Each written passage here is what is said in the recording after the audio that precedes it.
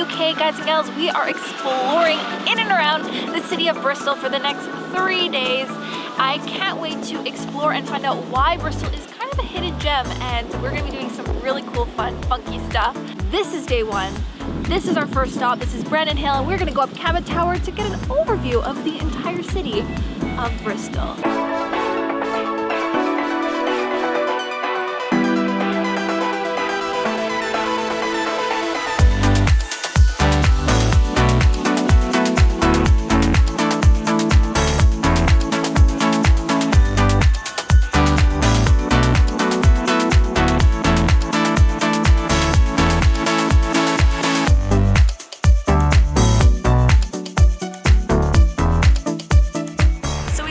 Down from Brandon Hill and the Cabot Tower, and now we are on the Christmas steps as we are continuing our walking tour of Bristol. We are just kind of exploring some of the streets. This is a really cute street.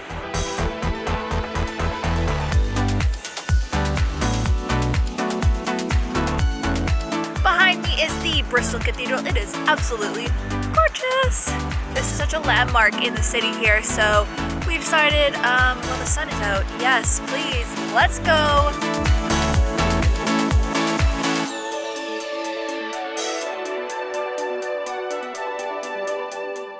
So this afternoon, we are exploring Spike Island, which used to be an old tea factory and has now been transformed into a bunch of creative spaces and artist hubs. Spike Island moved here about 25 years ago, and then it became home to like over 70 artists. 80,000 square feet. Yeah, huge. That's really massive.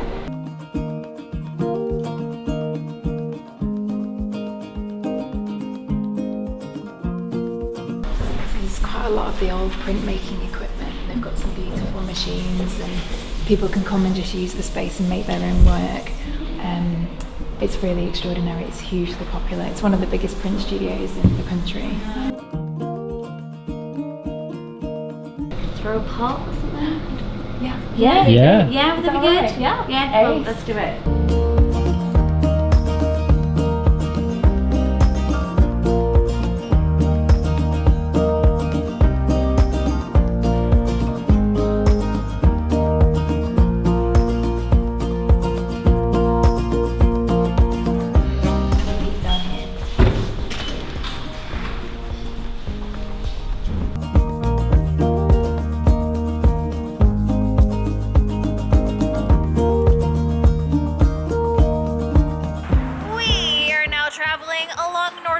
Which is home to UpFest, which just finished. Unfortunately, we just missed it. And it is Europe's largest graffiti and street art festival. It takes place right here in Bristol on this street. We're gonna walk along and see some of the art pieces that all the artists from literally around the world have come and spray painted and painted all along the walls.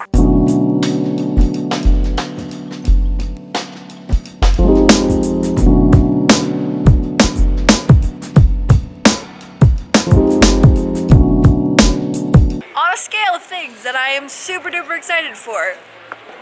Vegan junk food takes the cake. Matt, are you stoked? I'm pretty stoked. Any kind of junk food is okay with me. So many choices, I don't even know where to start. But I think I have an idea though. What did you just get? That is the Oreo vegan fruit shake. All of this is vegan. I'm like a little kid in a candy shop right now because I never get to eat these kind of sweets. This one's vegan, so this is like a chocolate hazelnut one. Matt, I hope you're so stoked to help me out on this because I mean, like, I could try to eat both of them myself, but I feel like that's not a good idea. Matt, what's your verdict? What's your favorite one? Oreo. Oreo? Always Oreo.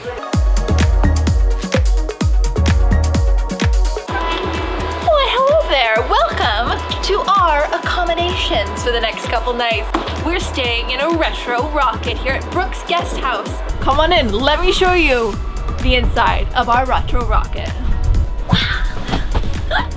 This is so cool. It comes with an LED light that we can change colors, but it gets better. Let me show you. Our rockets here at Brooks Guest House are on our rooftop.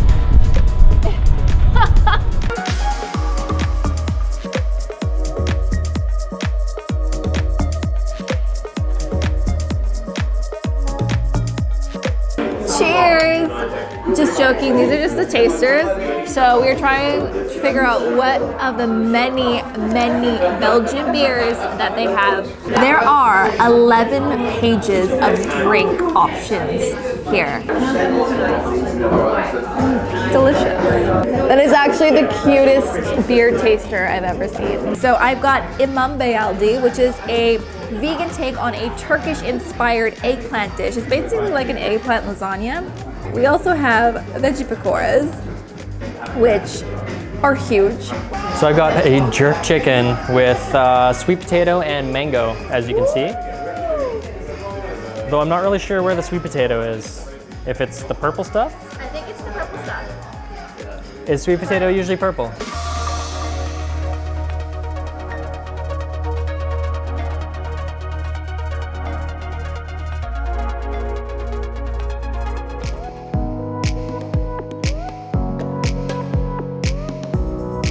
Morning, we are going on a walking tour, but not just any walking tour, a street art walking tour. This is Where the Walls Bristol Street Art Tour. We are going to be learning about the history of street art here in Bristol, because there is a lot of artists that come here and do work on the walls, including a very famous one that was actually from here called Banksy, stencil artist. You might have heard of him. He's everywhere. So we're going to learn a little bit about that and see some awesome, cool street art.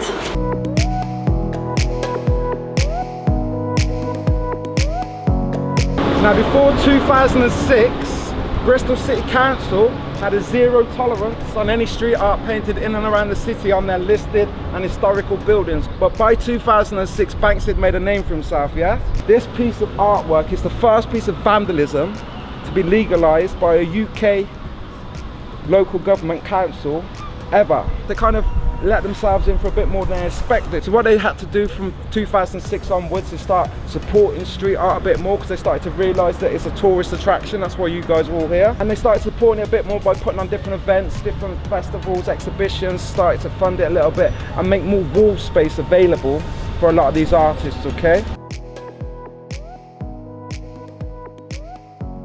Now it's lead us to Stokes Croft, where there's tons and tons of different street art all around this area. It's a huge artist hub, and it's kind of its own regional district within Bristol. So they have a lot of freedom on the buildings. They have a lot of freedom to paint. That's why you see tons and tons of street art all along the streets here, and why it's a hub for street art, because they have less restrictions on the type of work.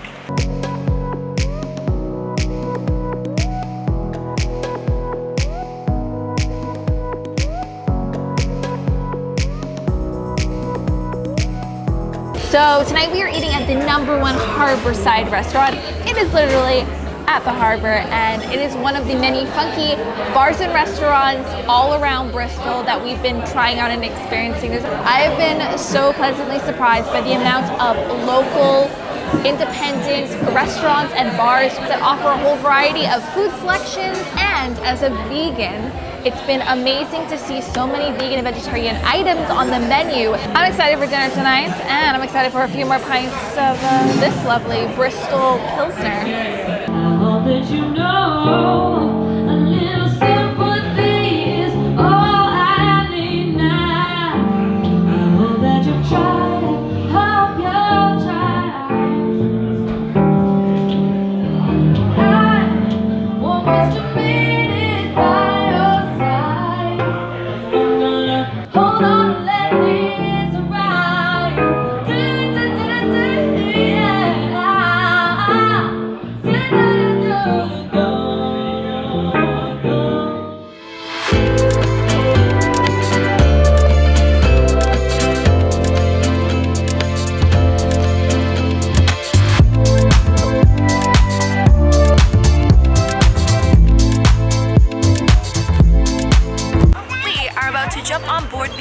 Which is a reconstruction of the ship that John Cabot sailed in 1497 across the Atlantic, which he originally set off to find a quicker route to the Orient and all the spices in India, and instead found Canada and Newfoundland. It's an important part of Bristol history, important part of Canadian history, and we're gonna go take a little sail on there. Woo! It is windy today!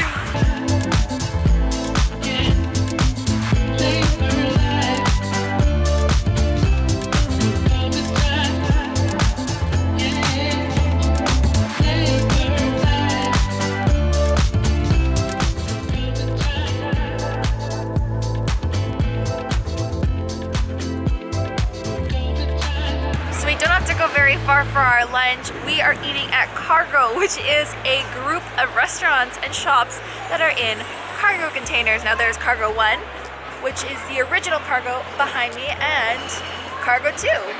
So all these shops are independently owned. They're no chain restaurants, and they'll offer like a whole variety of unique foods to eat, which we are going to try some.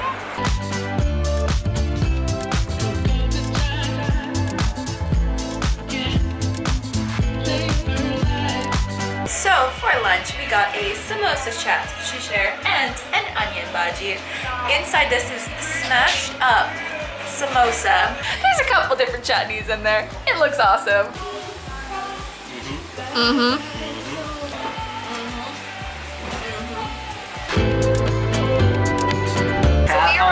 We are still inside bus, and we're going to be taking this to Clifton Village, our next stop. We just got off our hop-on, hop-off bus, and we have arrived into Clifton Village, which we are going to explore some of the cafes and the shops and see what else there is to do in this part of Bristol. Food? Got food? You hungry?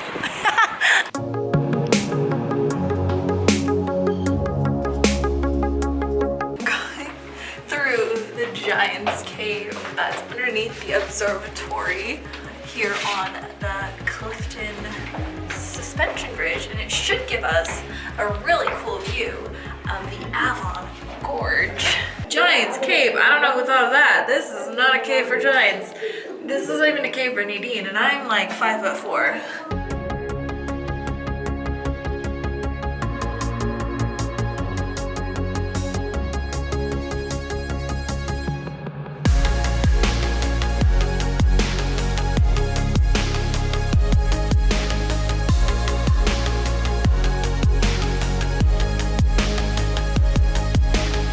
As you can see behind me, this is the Royal York Crescent. It is a stunning example of Georgian architecture, and it was rumored to be one of the longest terraces in Europe.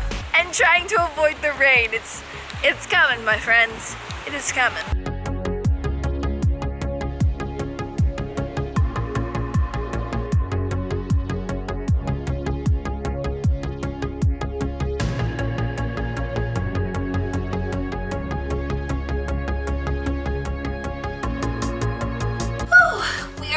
Our hotel room. This is the Mercury Bristol Grand Hotel. It is where we spent the night last night and again this night, and we are just gonna kind of chill and relax for a wee little bit before we get ready for tonight, going out again tonight. I'll see you guys again. Like literally right after this. We're at the Lido right now. We are gonna have a quick little swim, and then we are gonna have dinner up at the restaurant. So it's a swim, spa, and restaurant. Although I think I might be skipping the spa because I'm super stoked for food. So we sat down to have dinner here at the Lido, overlooking the pool. I've earned this meal, this 3-course meal that we're gonna have. All right. 3 courses. Shall we start off with some bubbly? Oh yes, we shall. Cheers.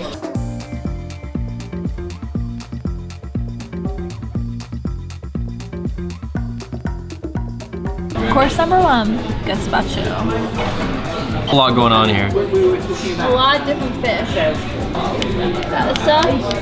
That's the stuff right there. You got creme brulee, creme catalana, I think you called it. Then I've got peach sorbet, which I'm so stoked to devour.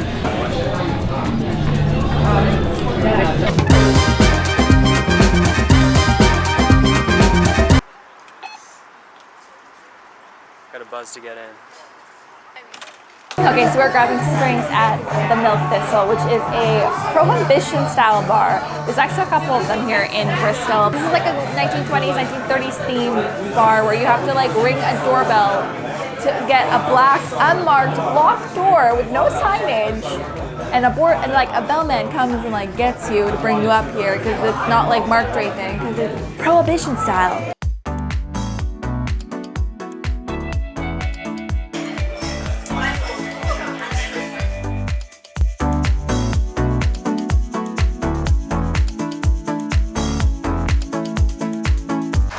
Bristol, it's been awesome 3 days exploring your really funky, fun city. But we are now on the train heading back into London. And this is the end of this journey. So I will see you guys again very soon. And let us enjoy the train ride as we head back into London. Bye!